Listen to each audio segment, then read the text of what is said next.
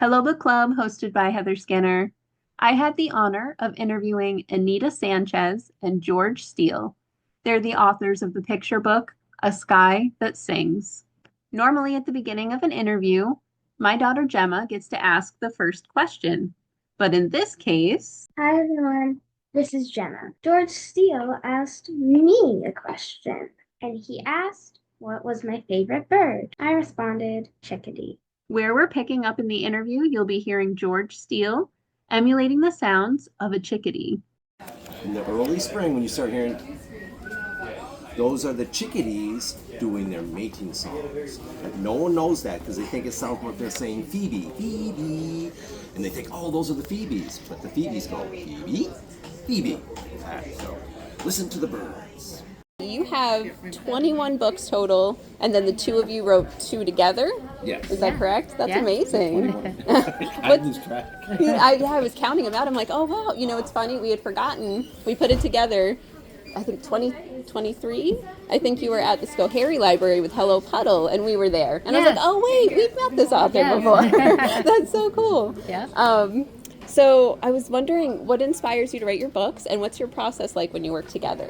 We both got started as like teenagers doing nature walks for kids, and so every book is like a nature walk for people. You know, it's like I always imagine I'm talking to a group instead of writing. So I try to like bring people along on the nature exploration with me, and so usually he's like my Google person. So we'll be sitting in the living room, and she'll be going, and she'll say, well, what birds do you, okay, which birds do you think are the whatever, and I'll say, oh, this and then what other, so then I'll throw something out, and then we'll go back and forth, and before you know it, then she'll say, well, I guess I'll let you be co-author. I love that. Because she's the one, she really, she's the one who gets the contract with the publisher and goes through that and gets all that lined up and everything like that. I was wondering if you did indie publishing or if you were traditionally published. So you have an agent? Traditional, yeah. I have an agent, a literary agent, and yeah, I've always done traditional. Nice. Who's publishing. your agent? Her name's Regina Ryan. She's based in New York City. Wonderful. And what was your process like getting your agent? Well, there is a website that lists agents and the types of material they're interested in, and I sent out 55 inquiries, and the 56th finally got an agent. That's actually pretty good. I've heard people for years. I mean, I'm Yeah. querying myself, and I'm going on years now. So, and I know it's getting harder and harder. So that's amazing. Actually, Yeah, 56 isn't bad. Well, most people are horrified at how long it took. And she kept every one of her rejected letters. You should. Those are Nowadays that's it's next all notch of emails achievement, now, right? yeah. Yeah. When I started writing, you used to print it out, go to the library and print out the manuscript, 400 pages or whatever, and get one of the special cardboard boxes and take it to the post office. And of course, now everything you just Yeah, email, so you did it all by mail. Dropbox, yeah. Yep. Oh, that's amazing. Do you have any books in the works that you're working on together or separately for the future? Not together. I'm working on a book right now on Mount Vesuvius. From a trip we took pre-pandemic, we climbed Mount Vesuvius. Well, we took a bus to the top of Mount Vesuvius, Well, we had the last bit, Yeah, you which do is still a climb bit little of a climb. Anyway, it's about the true story of a 17-year-old who survived the explosion back, the big one, back in Pompeii, and then wrote about it back in, Roman times. So. That's amazing. Yeah, it's really interesting. I mean, he literally was an eyewitness and survived, fought his way out of piles of ashes, and then wrote about it. So.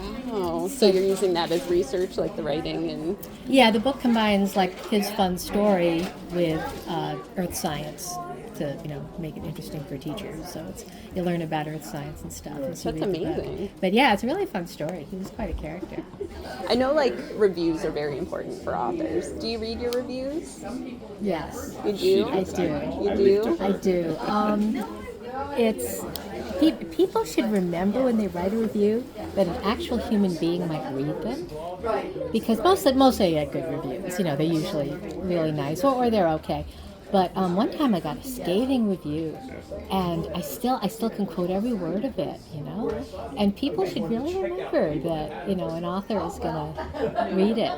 I was reading a book a book I bought at a bookstore and I really loved it, and I found the author at a website. So I went on her website and wrote her a nice little note saying I liked her book. She got back to me like that day, telling me how much it meant to her.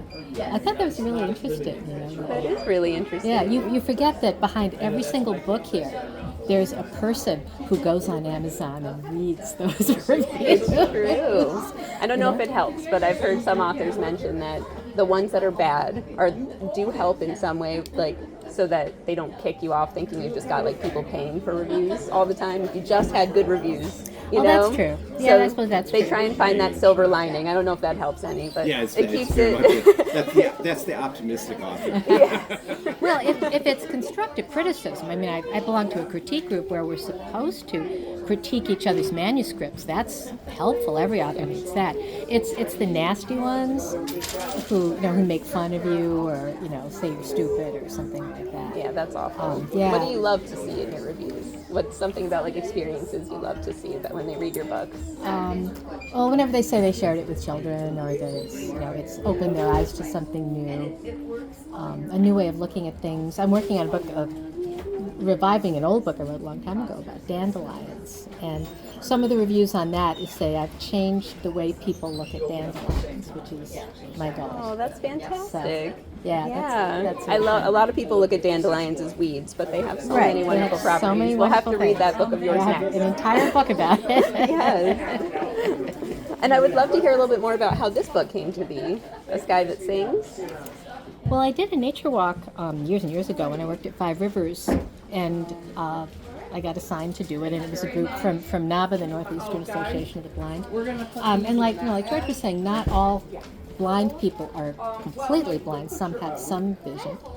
So anyway, it was sort of a general nature walk, but I was interested in how they keyed into all the bird sounds.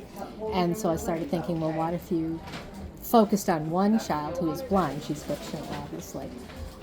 But focused on that, how she hears things that other people don't hear, and how she knows things like we're coming up to the pond because of her other senses. She can smell it, she can hear things, she can feel the moisture in her sneakers. She picks up clues that other people don't. I work with NABA. You did? Yeah, so when I wrote it, I worked with some of the staff there, and I would send them a draft, and they'd send me back comments and stuff, which was very helpful. Yeah, years ago, I was a camper at Boy Scout camp. And you go to camp, you spend 1 week, I would spend 1 week with my home troop, and then I wanted to stay another week, but my home troop only did 1 week, so I was in provisional troop, which was kids from all over. And one of the scouts was blind, and being me, I would always, who wants to, I will, and I would guide them around camp. And I learned so much from him, just the one of how to lead someone who's blind.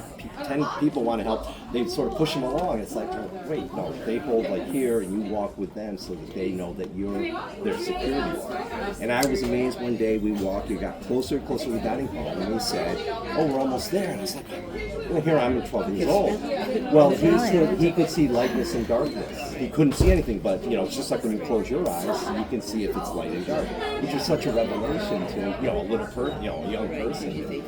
So then I do tons of birding. I tried to drag her birding like yesterday. I'm not a birder. yesterday I got up at 3:00 in the morning to meet with a partner to bird together as a team. Wasn't me. And we spent all day till 6:30. I dropped her back off at home at 6:30 in the evening. And we covered Montgomery and Fulton County, because those counties are always lumped together. And we got 110 species of birds in that time span, either by sight or sound. So you're listening for birds, and of course there's tools nowadays that back in the days when we first started off you didn't have, but Merlin, Cornell University's bird app can listen and help you identify birds, but you're still going, well, because Merlin makes mistakes, so you want to make sure But so it was, you know, a lot of times, but Anita doesn't go on these big bird excursions. Not at 3 in the morning. You make a good team. I like that. Great. You're on Amazon, I saw. Are there any other links I can share for you for where you and your books are? My website, Yeah. Okay. AnitaSanchez.com. So that's an easy one to find. So I'm sure you read it. There's blog posts and Yeah, with the information about the hummingbird books and how to order them from indie bookstores and stuff like that. Perfect. And would you like me to share like the Landis Arboretum Oh yeah, link? Any other links? Yeah, mention Landis if they're interested. Actually, there is. I'm leading a morning bird walk, 6 o'clock in the morning, so it's not quite. I've had. Birding's not for the faint I of have heart. had, I would love to, but yeah, I can't do I 6 have a.m. had a few times when younger people come in, like 10-year-olds. But I also do a first Saturday of the month bird walk at the Southside Amsterdam Boat Launch, and we do the pedestrian bridge, Did you want and to then get a there's the book? peregrine falcons that we see, and that starts at 7, so you get an extra hour of sleep. Nice. Maybe we can make that one. But it's the first Saturday of every month. So the next one is June, whatever, I think it's June 7th, because that's Bob's birthday, yeah, June 7th. Okay. It's a Saturday. But, so, good. Yeah, no, thank Thank you you for so much. Sure, spreading the nice word to today. meet you. Yes, nice to meet you too.